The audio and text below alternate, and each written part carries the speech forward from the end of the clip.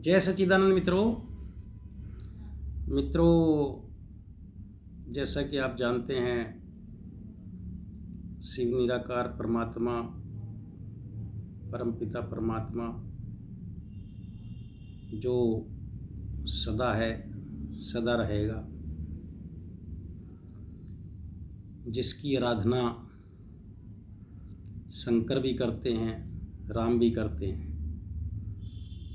राम रामेश्वर में स्थापना करते हैं और शंकर की मूर्ति के आगे आपने देखा होगा शिव पिंडी रखी होती है। शंकर जन्म लेते हैं, लेकिन शिव निराकार जन्म मरण से परे हैं। यही बात हमारे सभी वेद शास्त्र कहते हैं और यही बात जो भी पृथ्वी के ग्रंथ हैं सभी वो यही कहते हैं, क्योंकि जो भी जन्म मरण के चक्कर में आएगा वो कर्म के बंधन में आएगा और 5 विकार के साथ आएगा। उसके अंदर प्रेम भी होगा, क्रोध भी होगा, अहंकार भी होगा, मोह भी होगा, लोभ भी होगा। हाँ, किसी में कुछ ज़्यादा, किसी में कम, क्योंकि जिस दिन हमारे ये 5 विकार ख़त्म हो जाएंगे उस दिन तो हम इस देह को त्याग देंगे। जो ये विकार हैं इस देह को चलाने के लिए हैं। अगर ये विकारी होते तो भगवान हमें ये चीज़ देता क्यों? जितने भी हमारे महापुरुष हुए हैं, संत पुरुष हुए हैं, या जितने भी ग्रंथ हैं, उसमें हर चीज़ की अति को मना किया गया है। अति मतलब अति का क्रोध, अति का अहंकार, अति का मोह, अति का लोभ, अति की काम वासना। अब काम वासना कोई लो, काम वासना भगवान ने क्यों बनाई? इसलिए बनाई कि जब आपकी इच्छाएं होती हैं तभी संसार चलायमान होता है ना। और अगर आप वासना, काम का मतलब होता है इच्छा। अगर हम मान लो चलो वासना को स्त्री पुरुष संबंध को ही वासना मान लेते हैं, तो ईश्वर ने हमें क्यों दी? क्योंकि उसे सृष्टि चलानी थी, है ना। लेकिन अति में नहीं फंसना है, किसी भी अति में फंस के अपना नाश नहीं कराना है। तो अगर लोभ नहीं होगा थोड़ा तो व्यक्ति कार्य क्यों करेगा? अगर थोड़ा अहंकार नहीं होगा तो वो चीज़ को जानेगा कैसे? लेकिन अति की हर चीज़ हमें विनाश तक ले जाती है। कई लोगों को आपने देखा होगा कि अपने परिवार में, बच्चे में इतना मोह हो जाता है कि वो अपना सब कुछ लुटा देते हैं, सब कुछ बच्चे को सौंप देते हैं, दूसरों के बच्चे का छीन के भी अपने बच्चों को दे देते हैं। वो क्यों छीनते हैं दूसरे बच्चों का? मतलब दूसरे का अधिकार क्यों छीनते हैं? कि उनकी जो है अपने परिवार के प्रति मोह ज़्यादा हो गया है, तो मोह ज़्यादा होने से लोभ हो गया है और लोभ की पूर्ति ना होने से क्रोध हो गया है। तो ये सब चीज़ें एक दूसरे से जुड़ी हुई हैं, है ना।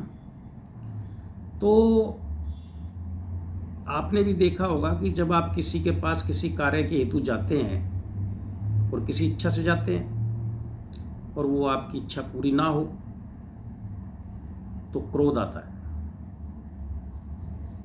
भाई, हमने कोई इच्छा बनाई मन में और हम किसी के पास उस इच्छा को लेके चले गए। अब ये तो हमारी इच्छा थी ना, हम उसका उत्तर तो डिसाइड नहीं करेंगे ना, उसकी क्या इच्छा है। तो उसकी इच्छा का पालन वो कर रहा है, तुम्हारी का तुम कर रहे हो, तो उससे तुम्हारा, अब तुम कई बार झुकते हो उसको पाने के लिए, रिक्वेस्ट करते हो, पाते हो तो और वो चीज़ फिर भी पूरी नहीं होती तो तुम्हें क्रोध आता है। क्यों आया क्रोध?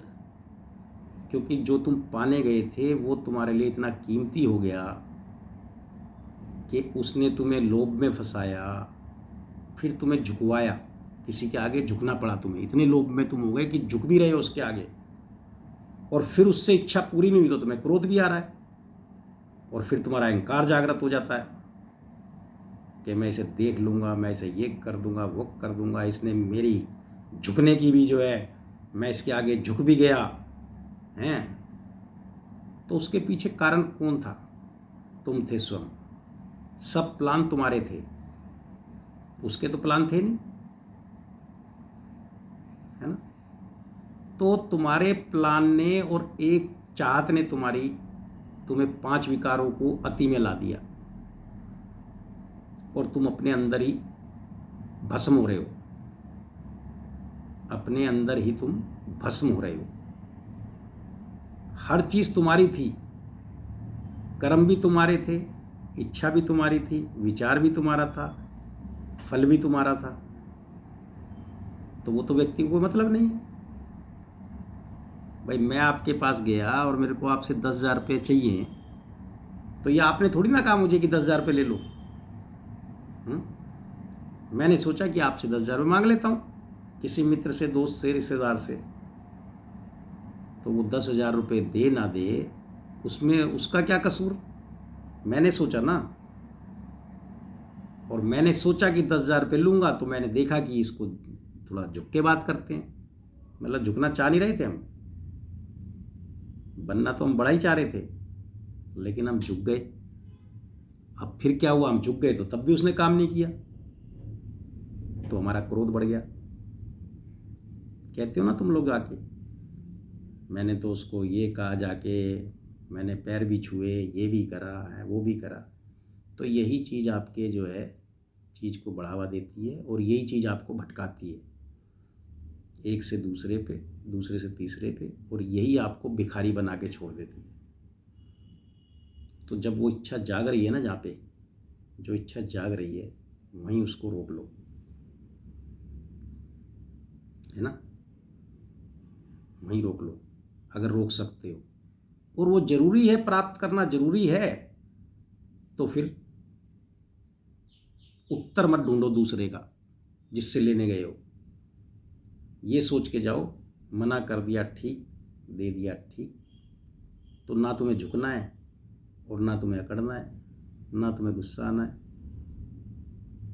अब मान लो मैं वीडियो बना रहा हूँ, हैं, मेरी आपसे कुछ लेने की इच्छा नहीं है, मैं तो अपना कर्म कर रहा हूँ। आप लो, देखो मत देखो, मेरे को अच्छा सोचो, बुरा सोचो, अच्छा कमेंट कर दो, बुरा कर दो, मेरे को तो सब स्वीकार है, क्योंकि वीडियो आपने नहीं कहा मुझे बनाने के लिए, मैंने बनाई है ना। इसीलिए आपने देखा होगा मैं किसी वीडियो में कोई सब्सक्राइब करने को नहीं कहता, कोई वो करने को, हाँ कमेंट इसलिए कहता हूँ कि आपका कोई सवाल हो तो कर दिया करो बस, है ना। लाइक सब्सक्राइब ये सब क्या करना है? फिर क्या होगा? आप मुझे लाइक नहीं करोगे या सब्सक्राइब नहीं करोगे तो मुझे गुस्सा आएगा, और जबकि मुझे उससे कुछ फ़र्क नहीं पड़ेगा। अगर आप कर दोगे तो मेरा क्या फ़ायदा, नहीं कर दोगे तब क्या फ़ायदा। तो मेरा कार्य क्या होगा? मेरा कर्म चालू रहेगा, क्योंकि मेरी उसमें इच्छा नहीं है, तो मेरा कर्म चालू रहेगा। इच्छा से किया हुआ कर्म, इसीलिए सभी महान लोग जो हमारे हुए हैं उन्होंने इच्छा से किए हुए कर्म को दोष से बताया है कि वो दोष है। तो इसी इच्छा से कहीं जाना आना है। फिल्म देख के आए पर्दे पे, भाई फिल्म देखने गए थे, देखा है।